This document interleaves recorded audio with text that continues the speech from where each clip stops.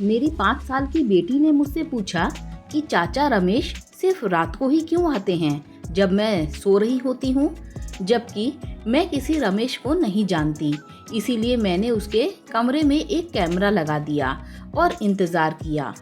मेरी 5 साल की बेटी हर चीज़ को नाम देती। उसका मुलायम खरगोश जेराल्ड है, उसकी पसंदीदा चादर बादल राजकुमारी, और वह आदमी जो उसे रात में मिलने आता है वह है चाचा रमेश। मैं इस नाम के किसी व्यक्ति को नहीं जानती थी, इसीलिए मैंने उसके कमरे में एक कैमरा लगा दिया और जो मैंने देखा उसने मेरी सांसें रोक दी।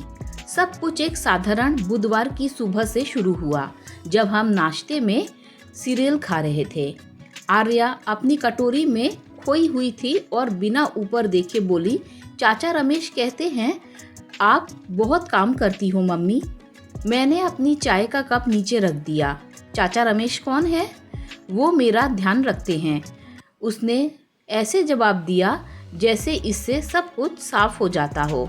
मैंने सोचा कि यह उसका काल्पनिक दोस्त है। आर्या के दिमाग में अपनी ही एक दुनिया है।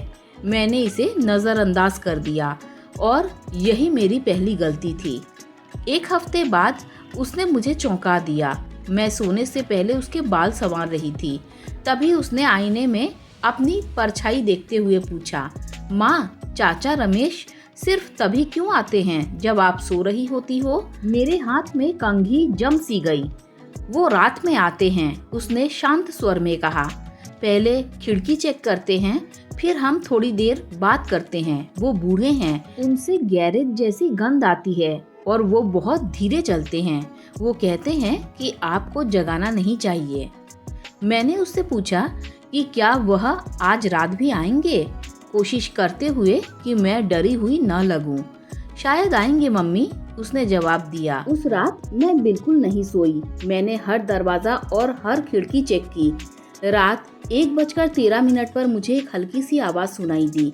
खिड़की पर बहुत हल्की दस्तक, फिर सन्नाटा। जब मैंने हिम्मत करके उसके कमरे में झांका, सब शांत था, लेकिन पर्दा हिल रहा था, जबकि हवा नहीं चल रही थी। अगले दिन मैंने एक कैमरा खरीदा। मैंने उसे बुक शेल्फ में छिपा दिया, खिड़की की ओर मोड़कर। अगली रात मैं फ़ोन को तकिए पर रखकर लेट गई। सुबह 2:13 ऐप ने मुझे अलर्ट किया। स्क्रीन पर मैंने देखा कि आर्या बिस्तर पर बैठी हुई थी और आराम से खिड़की की तरफ बात कर रही थी।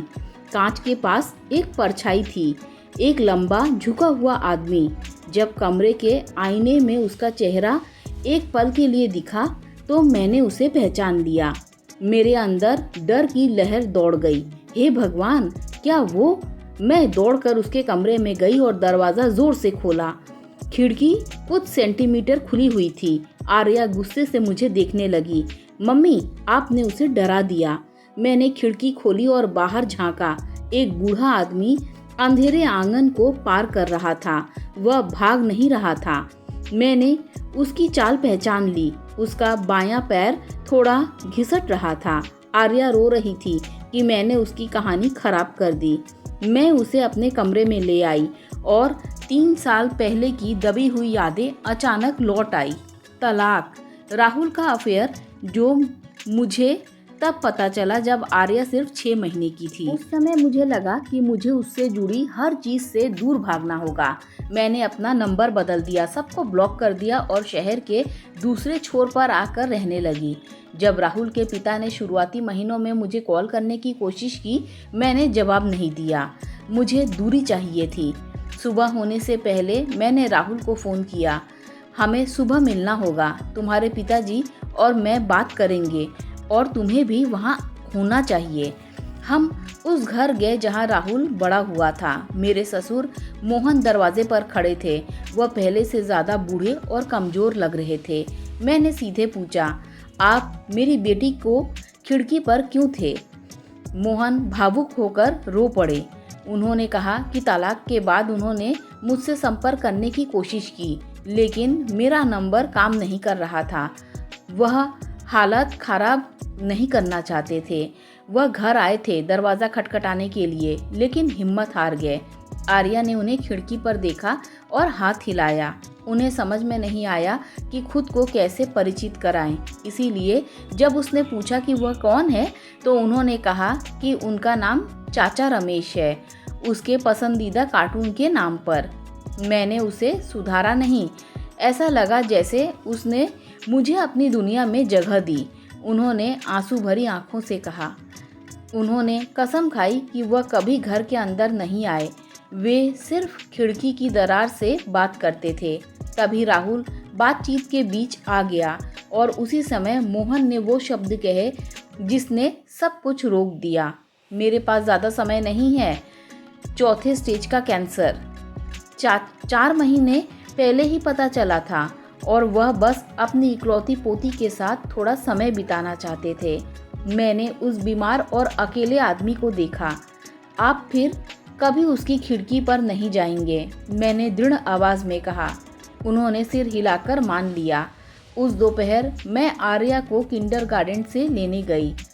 वह अब भी मुझसे नाराज़ थी। मैंने समझाया कि चाचा रमेश ने बड़ों वाली गलती की है और अब वह रात में खिड़की पर नहीं आएंगे। लेकिन अगर वो अब अकेले हो गए तो? उसने उदास होकर पूछा।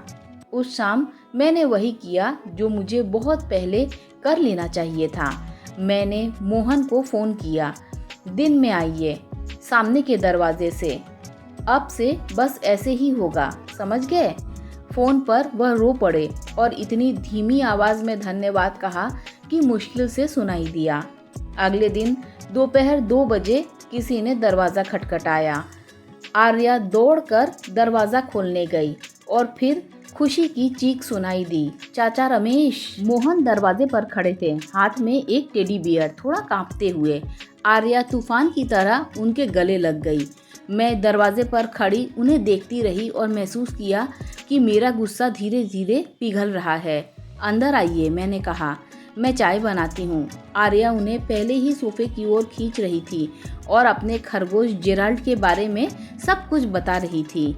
मोहन का चेहरा चमक उठा। सबसे डरावनी बात खिड़की पर दिखी छाया नहीं थी, बल्कि यह था कि मैं लगभग एक ऐसे दादा के प्यार को खोने वाली थी जो अपनी पोती के साथ आखिरी समय बिताना चाहता था। दोस्तों, अगर आपको कहानी अच्छी लगी हो तो लाइक, शेयर, सब्सक्राइब कीजिए। Thanks for watching this video.